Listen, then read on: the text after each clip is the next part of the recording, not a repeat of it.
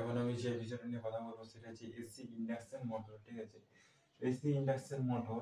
তো এখানে যে মোটরের ভিতরে আমরা জানি যে আমাদের ডিসি যে মোটর আছে সেই মোটরের ভিতরে আমাদের পার্মানেন্ট ম্যাগনেট থাকে, দুটো বা চারটা পার্মানেন্ট ম্যাগনেট থাকে এবং তার মধ্যেখানে আমাদের আর্মেচার থাকে।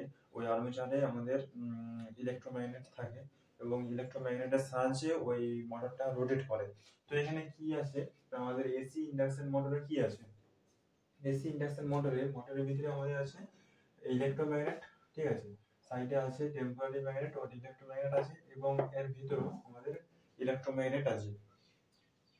তো কিভাবে কাজ করছে এটা, না এখানে কাজ করছে তোমার, এখানে যখন আমি ফেজ দিচ্ছি এবং নিউট্রাল দিচ্ছি তখন এখানে এই যে কয়েল দেওয়া আছে, মানে আমরা কি জানি কয়েল মানে কি, একটা কন্ডাক্টরকে গোল গোল গোল গোল পাকিয়ে সেটাকে কয়েল বলা হয়।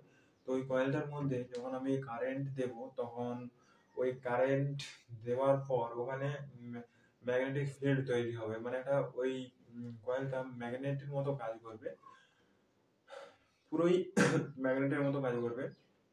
মানে ম্যাগনেট কি, এক পাশটা নর্থ পোল থাকে একটা সাউথ পোল থাকে, তেমনি হবে ওইটার ক্ষেত্রে এক পাশটা নর্থ পোল এবং এক পাশটা সাউথ পোল হবে।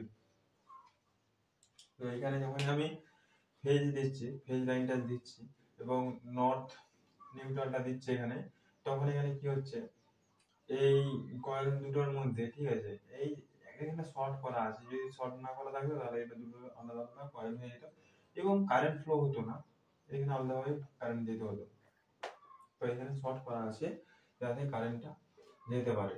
তো এখানে যখনই আমি কারেন্টটা দিয়ে দেবো তখন এই একটা কয়েলের মধ্যে, ঠিক আছে, এক পাশটা নর্থ পোল এবং এক পাশটা সাউথ পোল হবে এবং দেওয়ার পর নর্থ পোল এবং সাউথ পোল হওয়ার পর এখানে যে আমাদের রোটরটা থাকবে এটাকে আর্মেচারও বলা হয়, ঠিক আছে, রোটরেও বলা হয় এটাকে। তো এই রোটরের মধ্যে আমাদের কারেন্ট কি হবে, ইনডিউসড হবে, এখানে কারেন্ট জেনারেট হবে এবং কারেন্ট জেনারেট হওয়ার পর, ঠিক আছে, এই ট্রান্সফরমার এর মতো, মানে একটা দুটো কয়েল থাকে, একটা প্রাইমারি কয়েল একটা সেকেন্ডারি কয়েল, এটার ক্ষেত্রেও দুটো কয়েল আছে, এটা হচ্ছে প্রাইমারি কয়েল এবং এটা হচ্ছে সেকেন্ডারি কয়েল। ট্রান্সফরমার ক্ষেত্রে কি হতো না, প্রাইমারি কয়েলে ইএমএফ জেনারেট হতো এবং সেকেন্ডারি কয়েলে আর ইএমএফ ইনডিউসড হতো। তো এখানেও সেটাই হচ্ছে, ঠিক আছে, রোটরে আমাদের কারেন্ট ইনডিউস হচ্ছে এবং হওয়ার ফলে এটা ঘুরছে। কিভাবে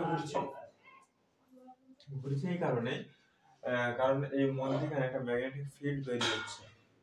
মানে যদি একটা ম্যাগনেটিক ফিল্ডের মধ্যে একটা রোটেটিং কন্ডাক্টরকে প্রেস করি তাহলে সেই কন্ডাক্টরের মধ্যে আমাদের ইএমএফ জেনারেট হবে এবং ইএমএফ জেনারেট হওয়ার পরে, ঠিক আছে, এই কন্ডাক্টরটা যখন এখানে কন্ডাক্টরের মধ্যে ইএমএফ জেনারেট হবে তখন এটা এক পাশটা নর্থ পোল এবং এক পাশটা সাউথ পোল হবে, তখন এটা রোটেট করতে থাকবে। কিভাবে রোটেট করবে, কারণ এক পাশটা নর্থ পোল যদি হয় এবং এক পাশটা সাউথ পোল হয় তাহলে এটার এক পাশটা সাউথ পোল হবে এবং এক পাশটা নর্থ পোল হবে। কারণ যদি সাউথ পোল এবং সাউথ পোল দুদিকে থাকে তাহলে কিন্তু ম্যাচ করবে না, ওটা তোমার বিকর্ষণ করবে, ঠিক আছে, তাই এরা আকর্ষণের জন্য এনএস হয়ে যায়, দিয়ে আবার এটা যখন চেঞ্জ হয়ে যায়, এসি কারেন্টের ফ্রিকোয়েন্সি আছে, ঠিক আছে, মানে এসি কারেন্টের বিভিন্ন ফ্রিকোয়েন্সি আছে, ঠিক আছে, 50 হার্জ যাকে বলা হয়, ফ্রিকোয়েন্সি মানে 50 হার্জ। একবার পজিটিভ আর একবার সাইনোসয়েডাল ওয়েভ, একবার পজিটিভ আর একবার নেগেটিভ হাফ সাইকেল কমপ্লিট করে তাকে বলা হয় ওয়ান সাইকেল। এক সেকেন্ড সময় যতগুলি সাইকেল কমপ্লিট করে তাকে বলা হয় 50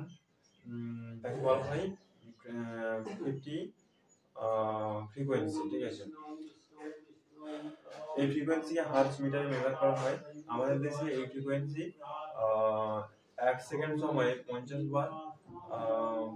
বার পজিটিভ নেগেটিভ হয়, তার জন্য একে 50 হার্জ বলা হয়। তো এসির ক্ষেত্রে এটা সেম, ঠিক আছে, এক পাশটা নর্থ পোল এবং এক পাশটা সাউথ পোল, এই পাশে নর্থ পোল এই পাশটা সাউথ পোল হবে। এখানে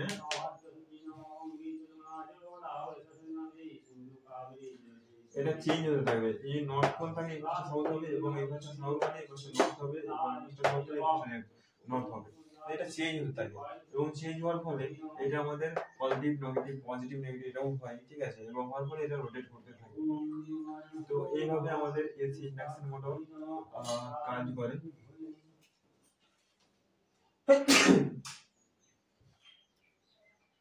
এটাকে টেম্পোরারি ম্যাগনেট বলা হচ্ছে। এই দুটো হচ্ছে টেম্পোরারি ম্যাগনেট এবং এটা হচ্ছে টেম্পোরারি ম্যাগনেট। এটা হলো রোটর, হ্যাঁ এটা রোটর। এটা ফেজ, পি মানে ফেজ এবং এ মানে নিউট্রন। কয়েল, এটা হচ্ছে কয়েল। এই কয়েলটার মধ্যে যদি আমি একটা লাইন নিই তাহলে এই কয়েলটা আমাদের ম্যাগনেট রূপে কাজ করবে, মানে একটা ম্যাগনেটিক ফিল্ড তৈরি হবে এবং ম্যাগনেটিক ফিল্ড তৈরি হওয়ার মধ্যেখানে যদি একটা রোটেটিং কন্ডাক্টরকে প্রেস করতে হবে ওটার মধ্যে দিয়ে কারেন্ট বা ইএমএফ ইনডিউসড হবে।